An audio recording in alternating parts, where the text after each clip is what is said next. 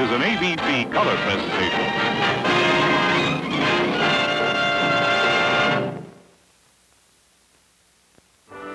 There are 5 ways of seeing the Grand Canyon. You can fly over it. You can go down the Colorado River on a raft. You can stand on the edge and look in. You can hike down in. But we're going to see it the 5th way, with the help of experts. We're going down on the back of a mule. We're going all the way, 1 mile down, where the Colorado River flows.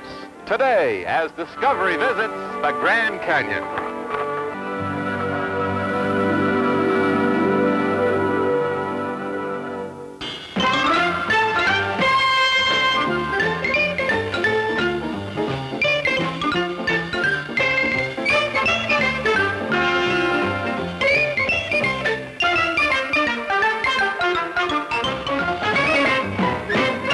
Discovery 68, the award-winning program for young people, with Bill Owen.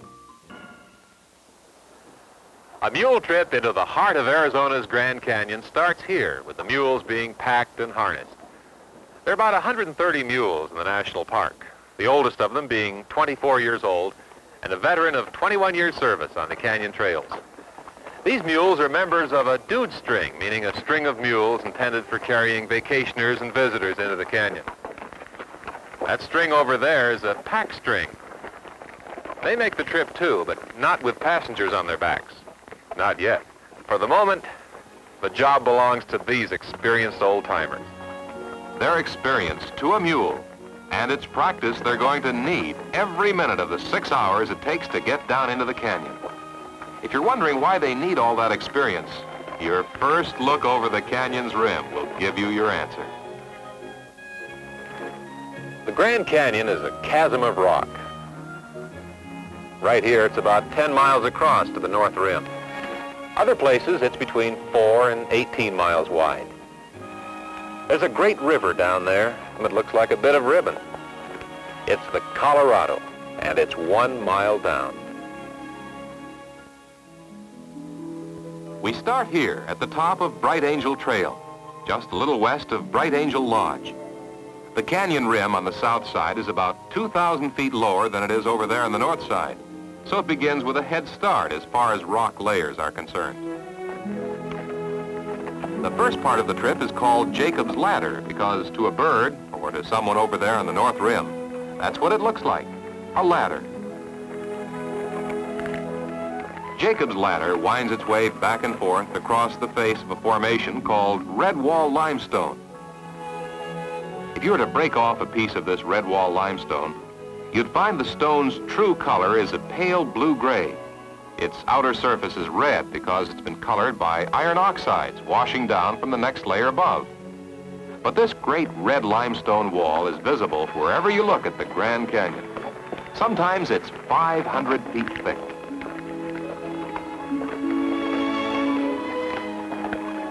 Bright Angel Trail is probably the oldest trail in all of the park.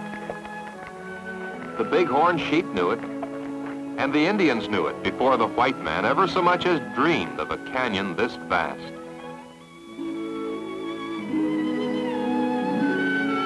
Later it was used by trappers and explorers. Then copper was discovered in Grand Canyon, and a mining company took the trail in hand and refined it to the point where burros loaded with copper ore could make the climb out to the top. The canyon's mules are called long-eared taxis, but they have a reputation for safety that would make any big city cab driver hang his head in shame. The South Rim trips use about 60 to 65 mules on an average day. Many of them have been in service for more than 20 years, having started when they were about 4 years old. The amazing safety record of these long-eared taxis is very comforting, particularly when your mule comes to a switchback, pivots on his carefully placed feet, and hangs his head out over nothing at all except fresh air. A switchback is the only way to carve a trail across these sheer and steep rock surfaces. These mules know every foot of the way down into the canyon by heart. A stone that's fallen, a slab of rock that's not where it was before. These things can stop an animal cold, till he's pondered his next safe move. This is where the Redwall ends, and pretty soon we can see the Tonto Plateau, a long shale slope which holds one of the miracles of Grand Canyon, the cool green Indian Gardens, a shady valley fashioned by nature as a perfect resting place for travelers on their way to the floor of the canyon. There are cottonwood trees down here, offering shade to the packers and mule guides, the travelers and the animals that brought them here. A shady valley fashioned by nature as a perfect resting place for travelers on their way to the floor of the canyon. There were Indians living here once, members of the Havasupai tribe, whose descendants have withdrawn into a more distant canyon. It's here you realize for the first time that the Grand Canyon is really a canyon within a canyon. At this point, the walls of the inner gorge drop over 1,400 feet to the Colorado River. This is where some of the journeys in the Grand Canyon turn and go back to the top, for this is as far as you can go and still return the same day. But we're going farther, all the way to the river. You've got to turn to the northeast and go down into the valley of Pipe Creek. Here, another system of switchbacks takes you down through Devil's Corkscrew. Viewed close at hand, the Colorado River is a vastly different creature from the section of silent ribbon she seemed to be at the south rim. The Indians called this the place of the roaring sound, and it's the end of Bright Angel Trail. When Bright Angel Trail ends, the mules turn onto River Trail, headed in time for the Kaibab Suspension Bridge. Before the bridge, there's a long stretch of narrow ledges above the rushing river. To make an approach to the site of the bridge, engineers had to blast a long tunnel out of solid granite. And the hooves of the mules ring with a different sound as they prepare to enter Bright Angel Canyon. Deep in the canyon, there's rest and reward for these animals and for the human burdens they've carried so uncomplainingly 1 mile down into the great heart of Grand Canyon. This is Phantom Ranch. Today's traveler can make it down here in a reasonably easy 6 hours. But it wasn't always that easy. We'll find out about the first man to come down into the canyon by way of the river, and we'll learn how he changed the canyon's name in just a minute. The original cutting of these canyons was done by the rivers in the region, the Hualapai and the Colorado and their tributaries. Rivers are willing stonemasons, and the wilder among them, like the roaring Colorado, are astonishingly effective. As a cutting abrasive, the Colorado carries every day 80,000 tons of rocks, stone, and silt, tearing through the narrow canyons, scraping away some of the stone, and carrying it along with the water. The Colorado River has a violent and unpredictable nature. It wasn't until the year 1869 that the first known successful boat trip was made down its length. It was the achievement of an extraordinary man. John Wesley Powell was a geologist who had lost an arm during the Civil War. He was discharged with the rank of major. In 1869, he started out on an adventure that was to hold more terror than anything he had known since the Battle of Shiloh. He took only a party of 4 small boats and set out to conquer the wild Colorado, the most treacherous waterway in the entire American West. Major Powell's expedition was the first in history to travel the entire length of the river. John Wesley Powell was to keep a notebook, which, though water-soaked, was unfailingly vivid. Before he entered this unimaginable canyon, he wrote, "We have an unknown distance yet to run, an unknown river yet to explore. What falls there are, we know not. What rocks beset the channel, we know not. What walls rise over the river, we know not." The sound grows louder and louder as we run, and at last we find ourselves above a long, broken fall, with ledges and pinnacles of rock obstructing the river. There's a descent of perhaps 75 or 80 feet in a third of a mile, and the rushing waters break into great waves on the rocks and lash themselves into a mad white foam. It is nearly 1,000 feet to the top of the granite. There is no hesitation. We must run the rapids or abandon the river. First, we are on smooth but swift water. Then we strike a glassy wave and ride to its top, down again into the trough, and up again on a higher wave. Still on we speed, shooting past projecting rocks, now on this side, now on that. We're carried into an eddy, which we struggle for a few minutes, and are then out again, the breakers still rolling over us. Our boat is unmanageable, but she cannot sink, and we drift down another 100 yards through breakers. How, we scarcely know. The walls now are more than a mile in height, and the river is closed in so that we can see it but a few hundred yards. What there may be below, we know not. Turbulent and dangerous as it was, not every one of Powell's hours in the Colorado was filled with terror and potential disaster. There were long, tranquil stretches, and once in a while, even a quiet beach on which to rest and sleep.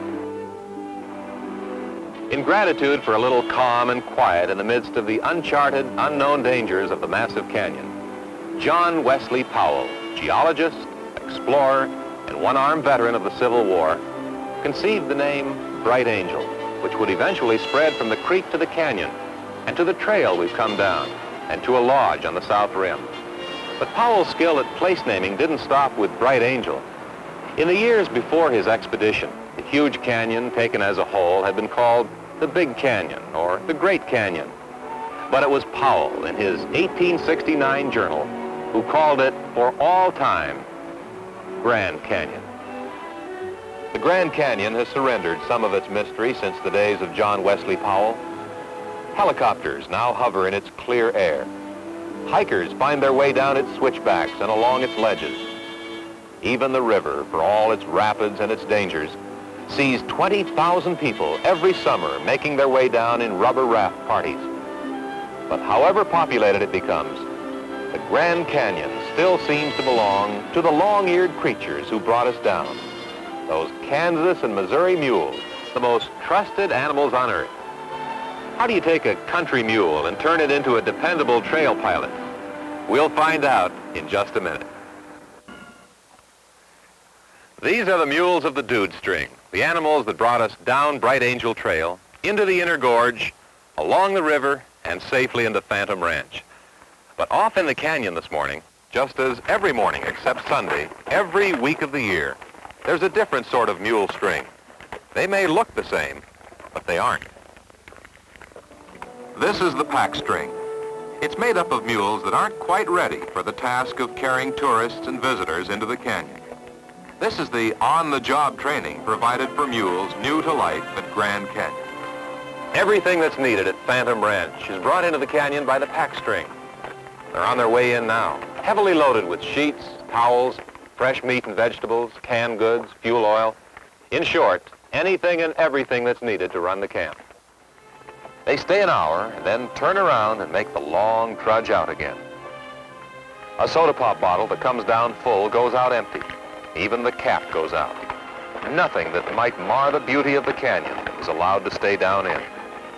It's a tedious 14-mile round trip, but it's the training course which turned raw mule recruits into seasoned trail veterans, ready to take care of even the most inexperienced tourist.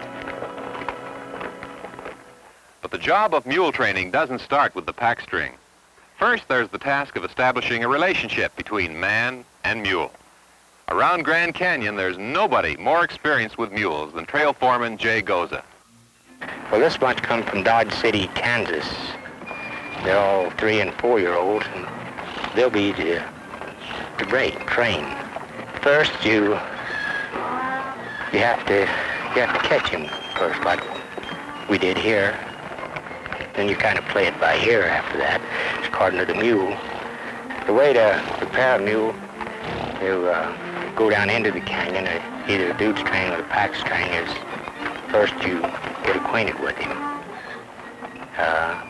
get to be friends with him, and just show him that you're not going to hurt him. Get him to where he'll trust you.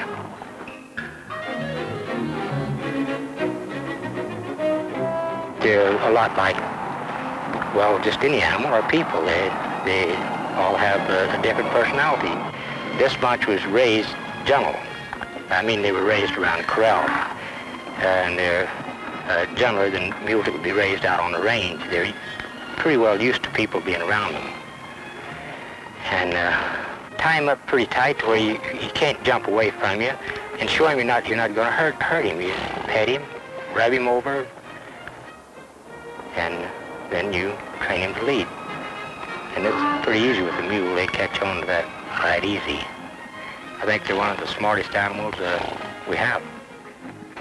The second step begins after you get the halter on him.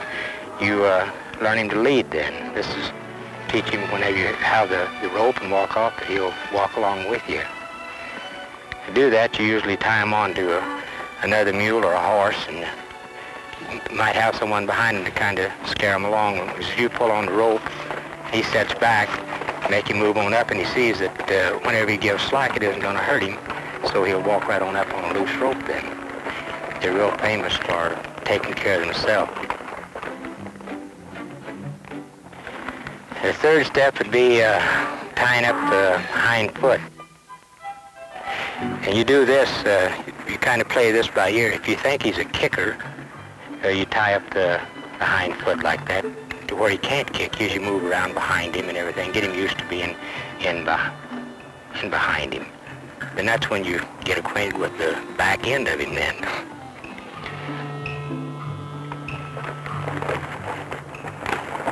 And when he sees that he can't kick you, he'll quit crying. The fourth step would be you usually sack him out there. You take a blanket or something like that, or chaps or something, and just wave it around over the back, under the stomach, and round over the neck. This is to get them ready to put the saddle on, to where when you do put the saddle on, they won't buck it off. If you can keep them from ever bucking, well, you probably will never have a mule that'll try it. When Jay Goza and the packers and the trail guides think they're ready for it, the mules become a part of the pack string. They have to get used to the idea of following the leader and edging their way along narrow trails and hairpin turns out over seemingly endless open space. Not every mule makes the team. Sometimes during his apprenticeship, a mule displays a skittishness that the trainers can't get rid of, or a tendency to stumble, or a nasty disposition, or other forms of unreliability, any one of which can cause him to spend the rest of his days on the farm. But these mules have made the grade and are regulars on the South Rim to Phantom Ranch Run. There have been mules making the trip since before the turn of the century. Nowadays, between 8,000 and 10,000 muleback riders see the canyon every year. Everyone who comes here sees great beauty and feels a sense of renewed wonder. But there's even more to be gained if you know what to look for and where to look. The Grand Canyon's North Rim is a little like a continent stood on end. A journey up the North Rim is the equivalent of a journey from South Sonora, Mexico to North Central Canada in terms of the animals and plants which flourish in those areas. North America has been divided into 7 major zones according to latitude, ranging from tropical to Arctic. 5 of those 7 zones are represented on the north side of the canyon, 3 on the south side. The plants and animals found in one zone are very different from the plants and animals found in the neighboring zones. This is the Lower Sonoran Zone, the next zone north of tropical. It has the climate of southern Mexico. This is the climate of the river level in Grand Canyon. This chuckwalla lizard is typical of the animals that live in the Lower Sonoran Zone. The plants which share his world are yucca, agave, and cactus. There are desert spiny lizards and some rattlesnakes. Partway up the trail to the rim, we enter the Upper Sonoran Zone. The climate, the animal life, the vegetation, all are different. This zone is characterized by the appearance of the pinyon tree and the juniper. The next zone is the Transition Zone, the home of the Ponderosa Pine forests and birds like the mountain chickadee.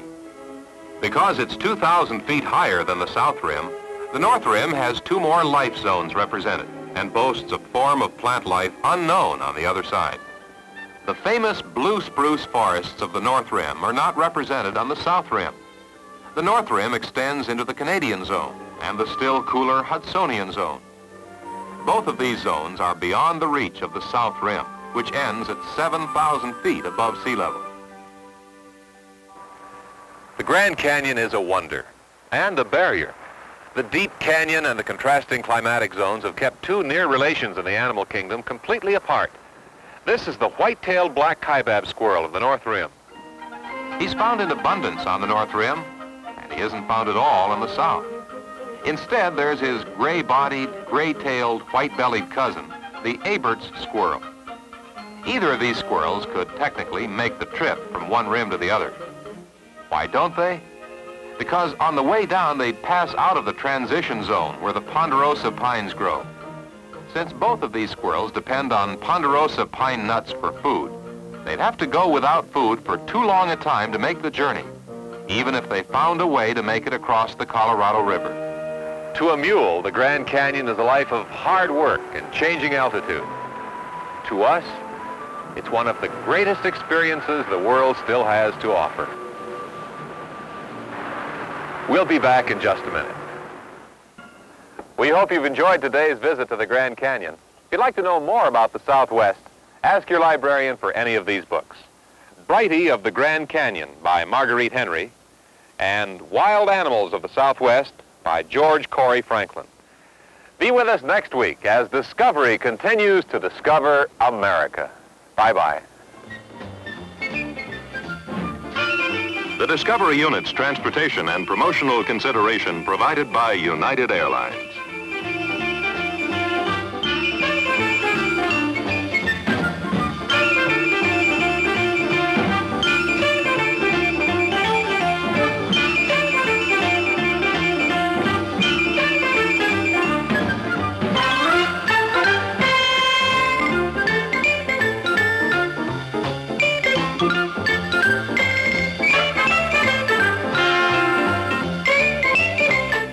This has been a Jules Power production in association with ABC News and Public Affairs.